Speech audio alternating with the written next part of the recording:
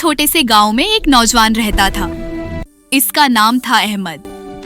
अहमद बहुत मेहनती था, 5 वक्त का नमाजी, वालिदीन का फरमानबरदार और सच बोलने वाला। लेकिन उसकी जिंदगी में मुश्किलात आना शुरू हो गई। एक दिन उसके वालिद बीमार हो गए। घर का खर्च, दवाई, छोटे बहन भाइयों की पढ़ाई सब अहमद के कंधों पर आ गया। वो दिन रात मेहनत करता, लेकिन फिर भी पैसे कम पड़ जाते। एक रात वो थक कर मस्जिद के कोने में बैठा और आहिस्ता से कहा, या अल्लाह, मैं कोशिश कर रहा हूँ लेकिन रास्ता क्यों नहीं खोल रहा? मैं थक चुका हूँ। उसके दिल में एक लम्हे के लिए शिकवा आया, लेकिन फौरन उसने आंखें बंद की और कहा, या अल्लाह, मुझे माफ कर दे, मैं तेरे हर फैसले से, हर आजमाइश से राजी हूँ। कुरान हमें क्या सिखाता है? अल्लाह फरमाते हैं, इन्नल्लाह मअस साबिरीन। बेशक अल्लाह सब्र करने वालों के साथ है। सूरह बकरा 153। सोचो जब अल्लाह साथ हो तो क्या कमी रह सकती है। अब आजमाइश और बढ़ जाती है। चंद दिन बाद अहमद की नौकरी भी चली गई। लोगों ने कहना शुरू कर दिया, देखा, नमाज पढ़ने से भी क्या फायदा? इतने अच्छे इंसान के साथ। अरे देखो क्या हालात हो, इसके कितने बुरे दिन आ गए इनके।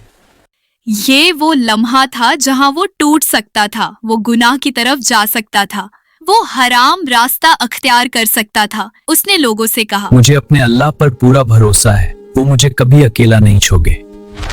ये कहकर वो घर चला जाता है। वो रात को तहज्जुद में खड़ा हो गया।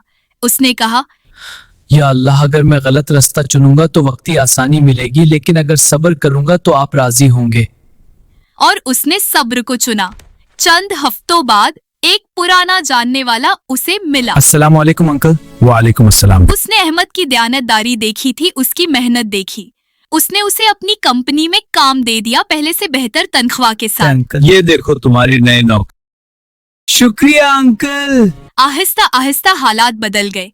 अहमद ने उस दिन सजदे में कहा, या अल्लाह, अगर मैं उस दिन जल्दबाजी करता तो शायद आज ये दिन न देखता। या अल्लाह, तेरा शुक्र है। क्या आप जानते हैं सबसे बड़ी मिसाल सब्र की किसकी है? हजरत अयूब अलैहिस्सलाम। उनकी दौलत गई, औलाद गई, सेहत गई, सालों तक बीमारी रही, लेकिन जबान से एक शिकायत न निकली। उन्होंने कहा, ऐ मेरे रब, मुझे तकलीफ पहुंची है और तू सबसे ज्यादा रहम करने वाला है। और फिर क्या हुआ? अल्लाह ने सब कुछ वापस दे दिया, पहले से बेहतर। याद रखो, आज अगर तुम्हारी दुआ कबूल नहीं हो रही तो शायद अल्लाह तुम्हें कुछ बेहतर देने की तैयारी कर रहा है। जब जिंदगी तुम्हें तोड़ने लगे तो याद रखना, अल्लाह देख रहा है, अल्लाह सुन रहा है।